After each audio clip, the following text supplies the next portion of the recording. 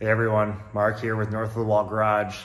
Let's drive the often misunderstood and underappreciated BMW V10 and give our thoughts.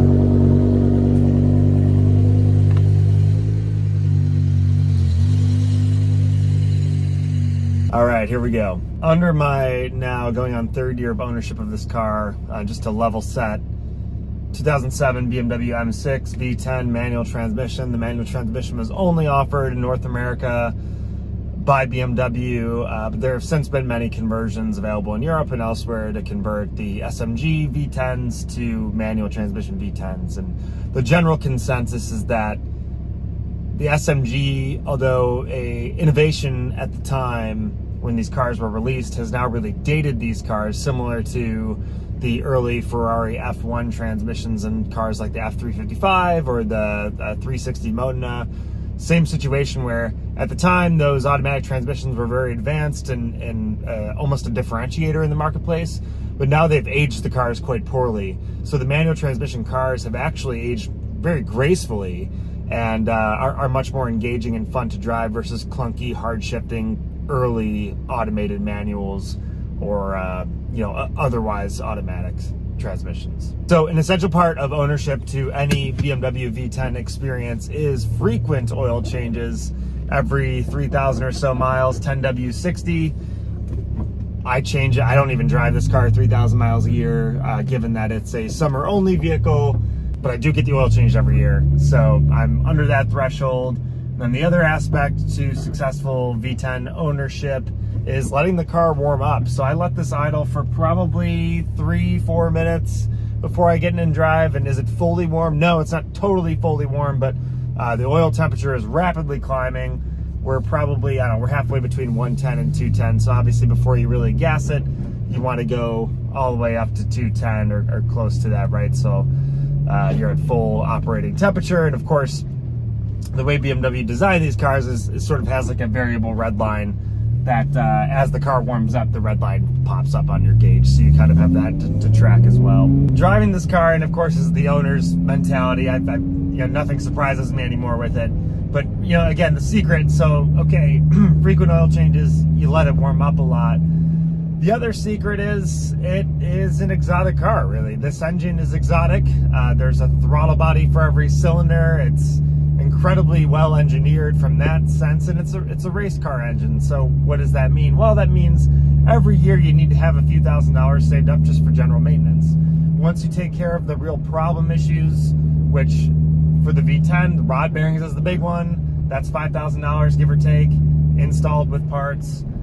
Throttle actuators, which are the little motors that control the banks of throttle bodies, and those were shipped by BMW with plastic cogs in the inside controlling the throttle bodies. Well, the forever replacement, or the best option there, is to get a replacement set with metal cogs inside so they don't wear away.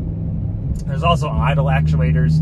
Those are less common to fail, but they are a part of failure. And then the Vanos pump and lines are something you'll see talked about on the forums. A lot of these items will age much better, and you have less chance of catastrophic failure if you do the proper warm-up procedures. So that's what I always do, and I always also get the oil analyzed by Blackstone occasionally just to look for any traces of copper or lead, which would indicate that the rod bearings are failing. I do plan to replace the rod bearings on this car probably next year, just to get that one out of the way. But for now, the rod bearings, to my knowledge, are stock. So I am gentle with this car before it is warmed up, always. The other thing that's really interesting when you talk about the V10s and what they meant for BMW's portfolio, obviously BMW's one and only V10, and then the motorsport division of BMW M, of course, was trying out new things on these cars as well. The M6 Coupe was the first M car to be shipped with a carbon fiber roof.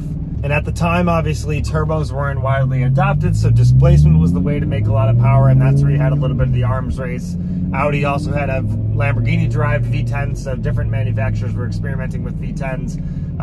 Audi's V10 was very detuned and much less exciting, unless, of course, you got the RS6, which was a twin-turbo V10, but available only in Europe, so that was forbidden fruit for us in the United States and North America at large.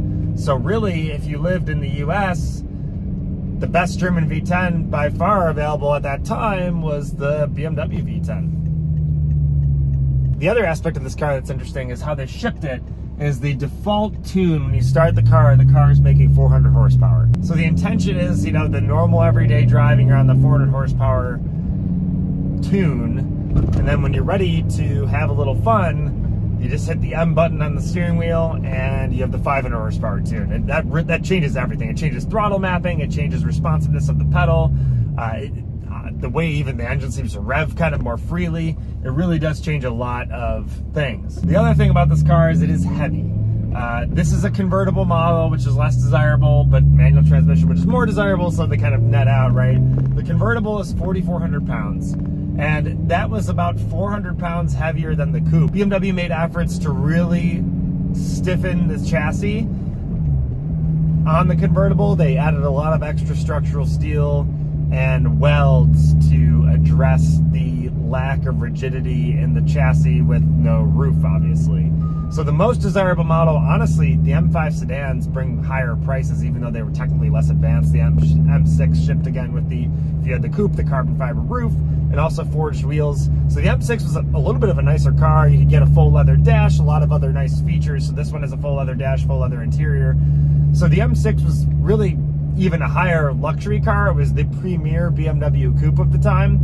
But today, at least, it seems like the M5 has been the bigger icon. You can get an M6 for less money. So if I'm going to do this all over again, I would probably look for an M6 manual coupe you could still snag for under $40,000 with relatively low mileage. So the only modification to this car is that it has an exhaust system on it, so it is a bit louder. The factory exhausts were classically very quiet and very weak. So it's nice to hear the V10 roar. All right, gonna get a little bit of engine noise here going. So this car is really a highway monster. First and second gear, and the way the gears are super tall. Definitely too tall. So on the street, it's kind of hard to fully enjoy, but the highway is great for it.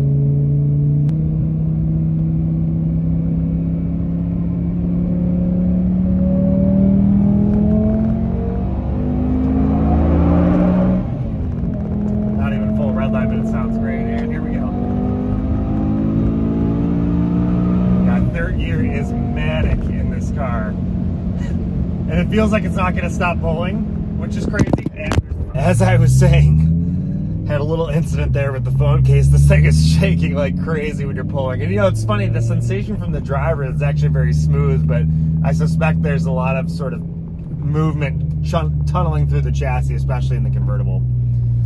But as I was saying, that third gear, you know, again, this car doesn't feel, it's fast. In first and second gear, it feels fast, but third gear is where this car really shines.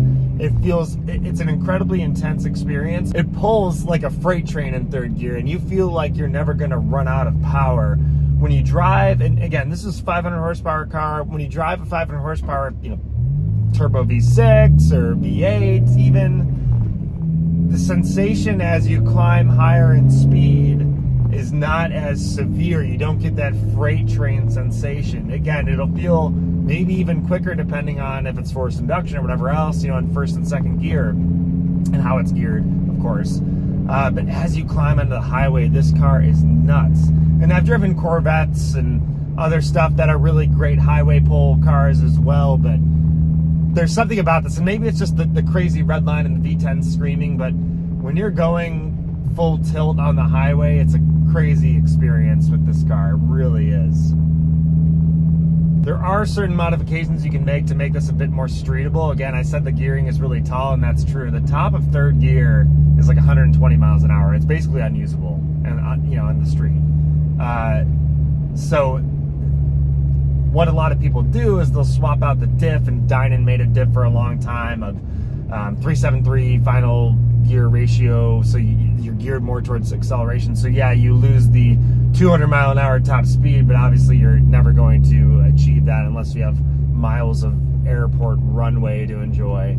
So a lot of people take the Dynon differential and really enjoy this car and make it much more streetable, and you know, it kind of feels faster that way, right? You're shifting it towards acceleration and giving up top speed.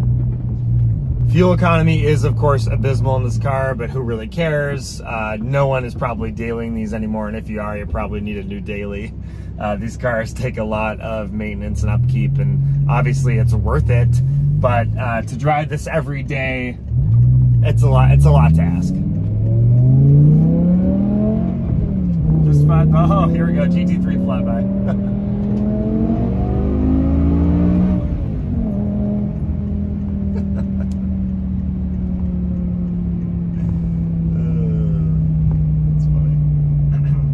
So, you know, similar to my auction video about this platform, I think the reality is this is one of the few great performance bargains left, and I should say exotic performance bargains. These cars are trading in the $30,000, $35,000 range all day long, and I don't think that's going to continue for too long. There just isn't enough inventory of manual V10 cars out there to suppress the price for long. And I just think these cars are really, really special. BMW is not going to make another V10. They're stopping manual transmission on M cars. They're stopping full internal combustion on M cars. So this is it.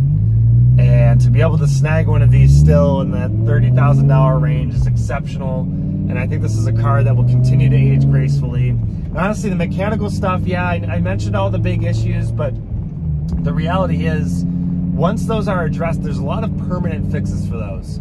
So once you have the permanent fixes, then your job is just to do those oil changes and general maintenance. And obviously as the car ages, you have to do tires and suspension, whatever, but that's every car. So once you take care of those special issues with the engine, you're kind of home free. And I think the most frustrating part of this car really isn't the mechanical aspect of those things, because those are known entities and you just take care of those and it's done. I think any older German car from this now older era of the early 2000s, honestly, the most frustrating part is the electric issues that come up.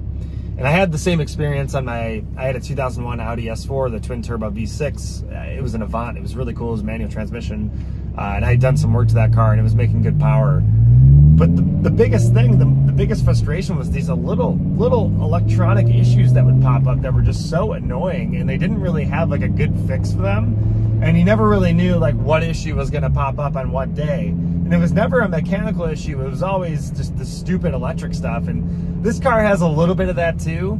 There's just these random little electronic issues, like with the radio aging, then I get this, you know, SOS system error, and now the car has zero audio, you know, so okay. Now I have to go back and like either replace the head unit, or there's like some sort of tuning you can do to basically code out this issue and it's done and dusted. But that's the type of stuff that's really annoying that all of the German manufacturers greatly improved on in the decade to come. So this is a 2007. You drive a German car from that middle 2010s era, 2015 plus, they're so much better electronically.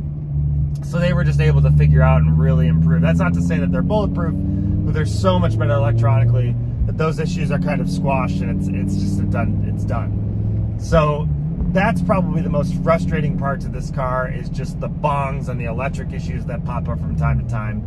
Those are just kind of exhausting. But, you know, for the price, I think it's worth it.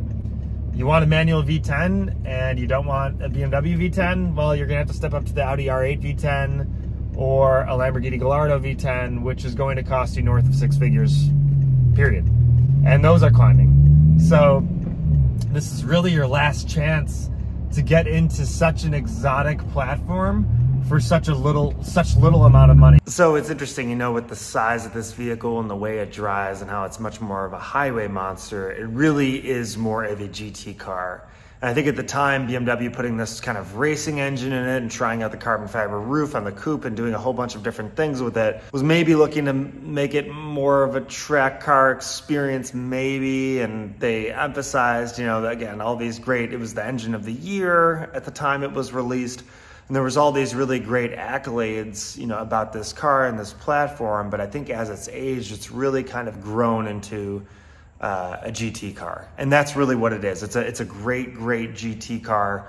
The way it's geared, everything, it's really more of a beautiful cruiser. Rev it out a bit and enjoy these like great roads. But in terms of, you know, a true sports car, it's a little heavy, it's a little numb in the steering. So I don't know that it totally achieves that purpose. So for that reason, you know, I think I love it, or owning it. I really enjoy owning it, but you know, I still like other cars for that hardcore sports car experience. So thanks again for watching. As always, really appreciate everyone's likes, comments, and subscriptions. They mean a lot to me. I'm going to try and keep the channel going here. Good things coming in the future. We're going to do our first electric drive, just kind of as an interesting comparison to the things I've driven previously, and just give general thoughts on the EV market. And also a look at a classic Audi, or that I think is becoming a classic. So stay tuned for those, and thanks again for watching.